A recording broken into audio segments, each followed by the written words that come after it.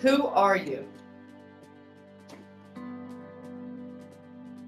When I ask that question, most people think of your everyday labels like I'm a mom, I'm a wife, I'm a student, I'm black, I'm white, I'm gay, I'm Christian, I'm an engineer at Toyota, or I'm a business person. These are just little snippets of who we are in our everyday lives. So I want to ask you the question a little bit differently this time. Who are you beyond your labels? These are the kinds of questions I used to ask myself when I was a little kid. I used to wonder about these tough questions about who I was beyond all the things I was being taught. I used to go to my parents' room in the middle of the night as a kid, probably under 10 years old, terrified about these big questions that I had about my existence. I'd wake my mom up, and when she woke up, I'd say things like, "Mom, what happens when time ends? What happens to us, to me, when eternity ends?" And she'd look at me pretty confused, which I would probably do to my daughter right now. And she always said to me, "Megan, I don't know the answer to your question, but what she did do is she held me until my fear passed." I grew up Catholic in Starkville, Mississippi, not far down the road from you guys. And I also questioned things about religion, like especially about Catholicism, like why couldn't women be priests? And why did I have to go to a priest to ask God for forgiveness? And there was always this moment in Mass where everyone recited at the same time, "Lord, I am not worthy to receive you." And I wondered, how am I not worthy, or how are we not worthy to receive God's love? And so I always had these big questions about who we are beyond religion, and who we are beyond politics, and who we are beyond our opinions, or who we are beyond our culture and our society. Later in my life, in 2004, I was outed as a gay woman by an ex-boyfriend on Mississippi State's campus. I was a two-sport athlete at the time, very involved in the Fellowship of Christian Athletes. This was an organization that was my spiritual home. It was full of my friends, and it was full of people that I truly loved and respected, and I was a leader in that organization. And after I was outed, the one thing that hurt the most was that people stopped seeing me for me, a human being, and they only started seeing me as my label, gay. And at the time, it wasn't very cool to be gay. So the one thing that I heard the most from this group of people on that day that I was outed, it wasn't just, "Megan, you're going to go to hell." It wasn't just, "Megan, you're wrong." It wasn't just, "Megan, you're not the same person anymore, or you don't know who God is." The one thing that hurt the most was, "Megan, you are disgusting." That was a common theme through the conversations I had that day, and through the voicemails and the phone calls I was receiving. So you can imagine, after that experience of losing my spiritual community, my athletic community, because I was gay, that I became very depressed. I didn't have any support. I didn't have someone there to hold my hand and show me the way out of feeling unworthy to feeling worthy again. So I had to crawl, take baby steps out of feeling that way. And eventually, 20 years later, here I am, getting to a point in my life where I can look in the mirror and say to myself, "Hey, I really like you. You really are worthy. I really do love who you are." But how? by owning and accepting what I've been through, by sharing my stories with others, and by connecting with others in a real and vulnerable way, eventually leading me to getting into a state of being that I call being held and free. Held to me means knowing that life is for me and not against me. And free means to me being okay with who I am and being free to be myself.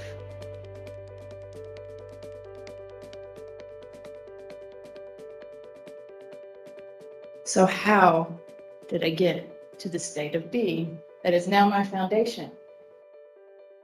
3 steps. I call them own, share, connect. And the first one is own. So I'm going to break these steps down for you. The first one is own. And I had to own what I'd been through to accept who I was. So after coming out and having this tumultuous experience with the Fellowship of Christian Athletes that day, not only did I have to deal with them, but I had to go home and tell my parents that I was gay, because Starkville's a small community. Everybody knew who I was. I was a 2-sport athlete at the time. I grew up as an athlete in Starkville. It was just a matter of time before someone told them, and I did not want them to find out from somebody else. So I went home. I sat my mom down. She knew something was wrong. And I kind of muffled the words. And she looked at me and she said, "You mean you're gay?" Now, I had dated guys up until this point, so it was a little bit of a shock. But all she did was just cry. She looked sad, she looked disappointed, she cried, she couldn't articulate her feelings. So I felt rejected in that moment. And then my dad comes in, he's 6'2", he's this big guy, he sits on the couch and he looks at me and he says, "Megan, don't you think you're gonna go to hell?" And that's all he said. And then my big brother, who's kind of like a third parent, or wants to be, he bounds into the house, he gives me a side hug, and he says, "Megan, I really think you should leave Mississippi. You're gonna be safer somewhere else." So I didn't get the support and the love and the hugs that I needed that day. It was a really long day. I went home alone, and I spent the next year trying to find a way to love who I was. I went to therapy, and when I would go to therapy, I would sit on the therapist's couch and cry for an hour. I didn't even talk. I didn't even know what to say. I didn't even know how to process out loud what was going on with me.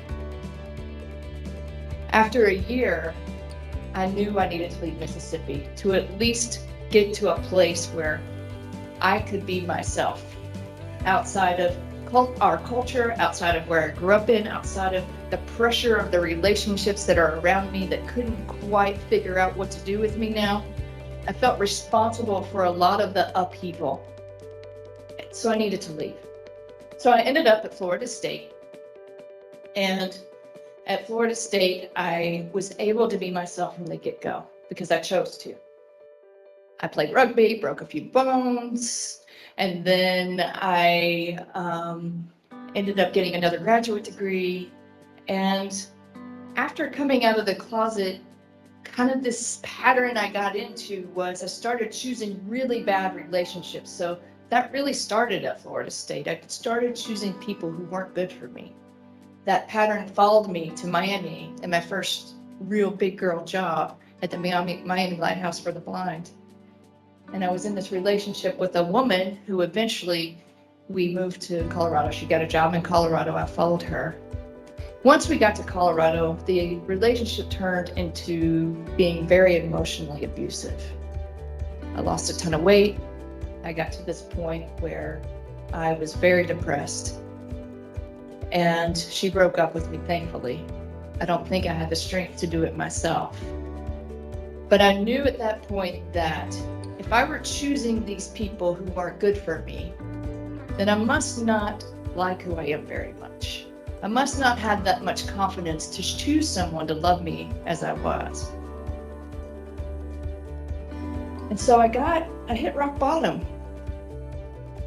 And I remember going up one day to the mountains and sitting next to this reservoir, and I was crying, and I felt very desperate, unsure if I wanted to go on to the next day. And from the depths of my soul, I remember just screaming out to the universe and saying, I want to be loved the way that I love. And I didn't mean being loved by a partner. I meant I so desperately wanted to love myself. And I knew by setting that intention and saying out loud that something was going to shift in my life. And it did. Soon after, this was in 2008, my first book was published. I found a spiritual community that I actually felt like I fit into. I met my partner, who is now my wife. We've been together 15 years. And I developed this incredible community of authenticity where I was myself in every aspect of who I am, from my spiritual self to, being open about who I was as a gay woman, to all of the aspects of my personality. And it was an incredible feeling. So my question to you is, what story do you need to own and accept in your life?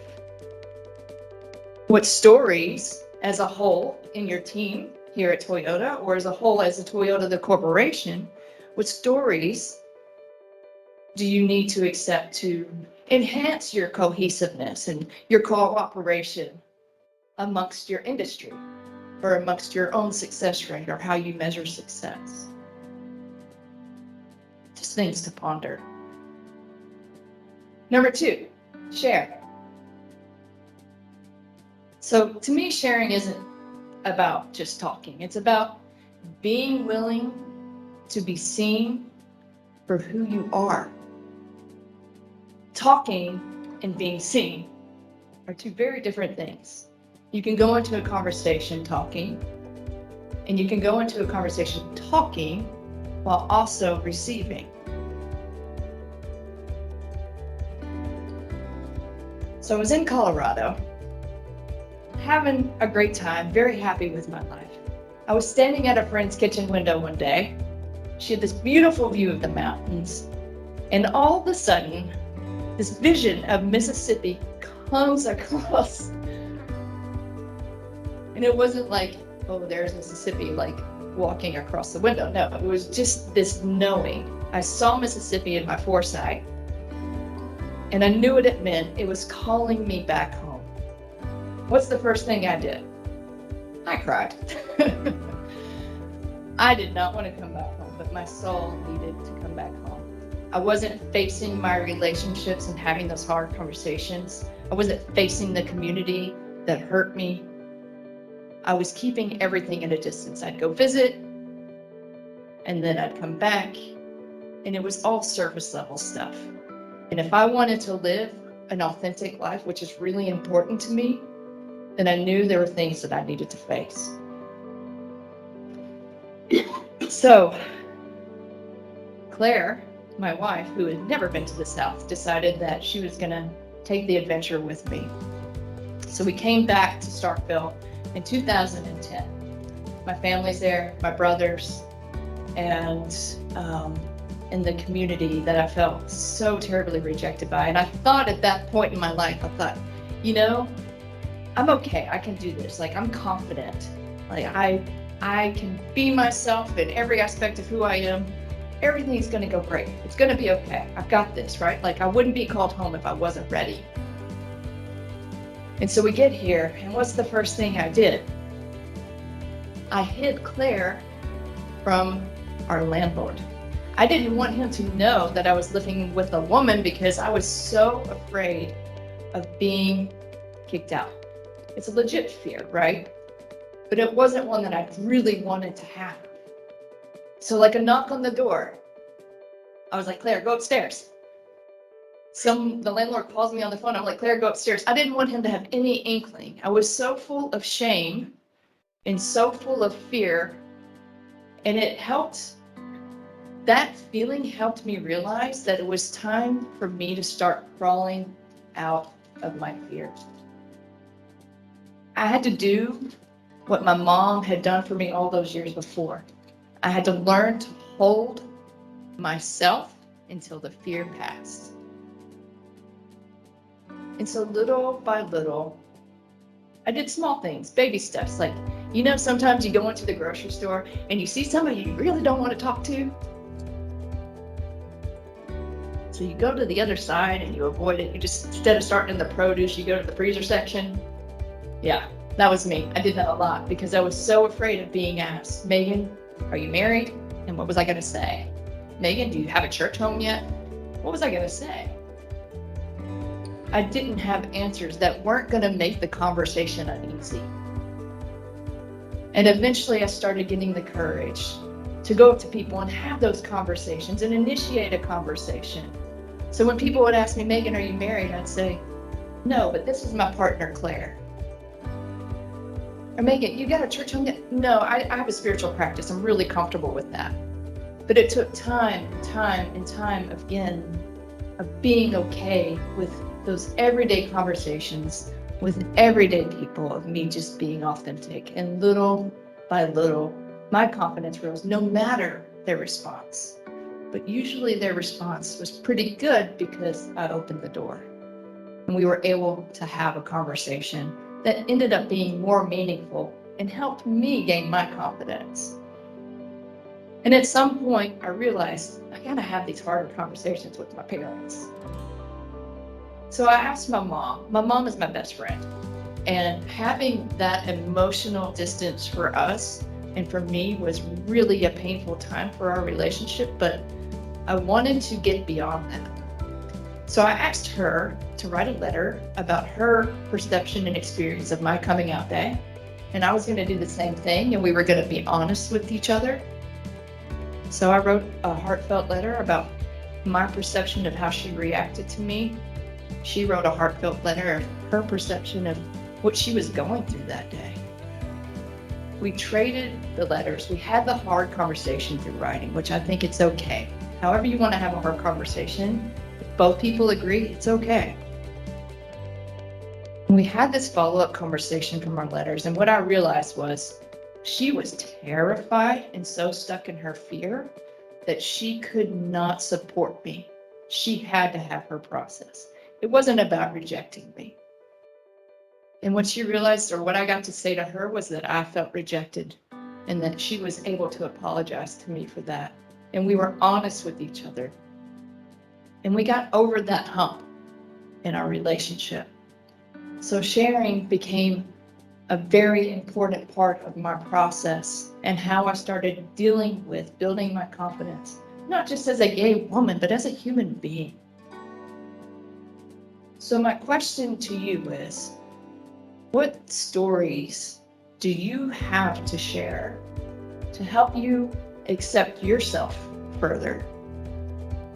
And what stories do your team here at Toyota, or Toyota as a corporation, have to share or to accept to take yourself to the next level, take your team to the next level, to take your success to the next level? Because there's always something to work on.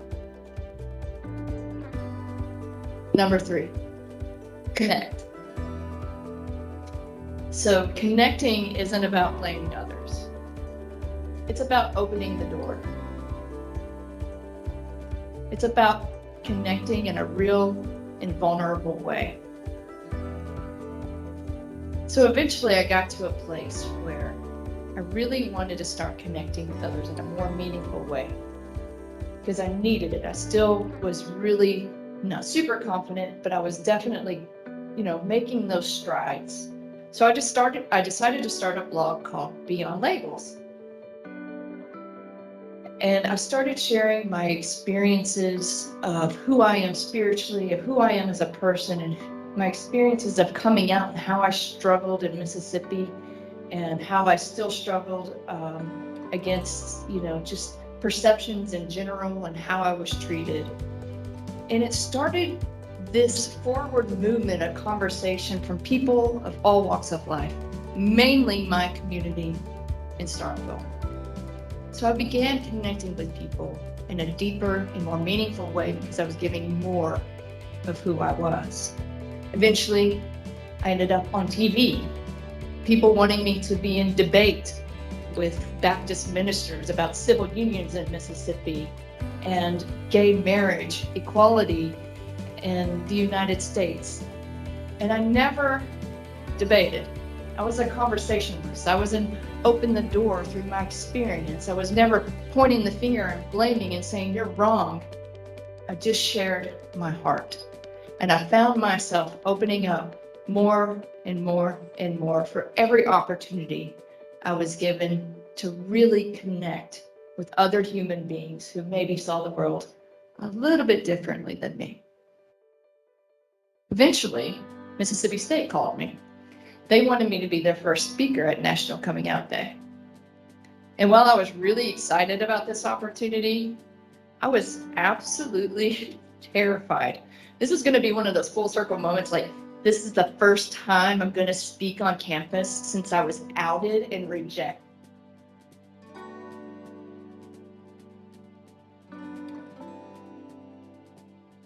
Yes, even though I knew it was an important part of my process. So I did the gig. My parents were in the audience, which was really awesome. People from the community showed up. It was a very supportive environment. It went really well. The next day, picture of me ends up on the front of the Starkville Daily News. Picture of me ends up on the front of the Reflector, the campus newspaper at Mississippi State. The article was all about my experience with the Fellowship of Christian Athletes and how I felt hurt by that and how I also felt empowered by that to identify who I was beyond my own labels. That day, I got a phone call. Guess who it was from? The Fellowship of Christian Athletes, the director for Mississippi State. It wasn't the one who had been there when I was outed. So I pick up the phone. And what he says to me, he goes, Megan, saw your article. And I want you to know on the behalf of the Fellowship of Christian Athletes that we're really sorry. We represent love. And we want you to know that we are so sorry that you had the experience that you had. And he invited me into a friendship. You'll have to read my book to see how that friendship plays out. I go into detail about all of this in the book, but the door was opened and I was going to walk through it because I wanted to know more about myself. And I wanted to know more about how other people felt. And I wanted to not understand each other because there was a point in my mom and I's relationship where she kept saying, Megan, I just really don't understand. And I told her, Mom, I just don't really understand. And my wife was in the middle and she said, you don't have to understand. You just have to listen and be willing to accept.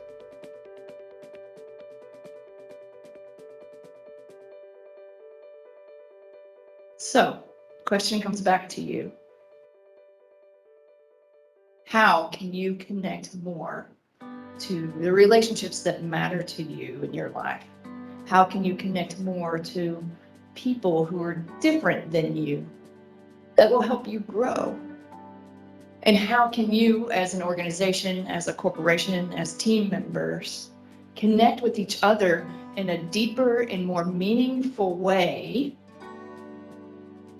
to help bridge the gap of difference between us? Now, in my life, I'm married. I've been married 9 years. We got married in 2014. I have a 4.5-year-old. Her name's Merritt, bright red hair. I'm at this point in my life where I feel so lucky for everything I've been through. I feel so blessed. And yeah, life is hard sometimes. But I know that I can count on this process. Own, share, connect, no matter the challenge, no matter the hard conversation, no matter what it is that I'm going through. Because to me, it's about acceptance of self, sharing with others, and connecting with others in a more meaningful way so I can be better. So I'm going to take you back to that question I initially asked you. Who are you beyond your labels? I think beyond everything, we're all the same. I think we all want to own and accept who we are. I believe that we all want to share who we are so that we can be seen. I think we all innately want that. And I also think, especially coming off of COVID, I've seen this so much more importantly. I believe we all want to connect in real, in raw, and vulnerable ways so that we can know who we are, not only as a person and a human being, but as a collective. Ultimately leading us all back to that state of being that I talked about, being held and free. Because I think we are all worthy of that. I know I am. I know you are. But you have to believe that too. Thank you.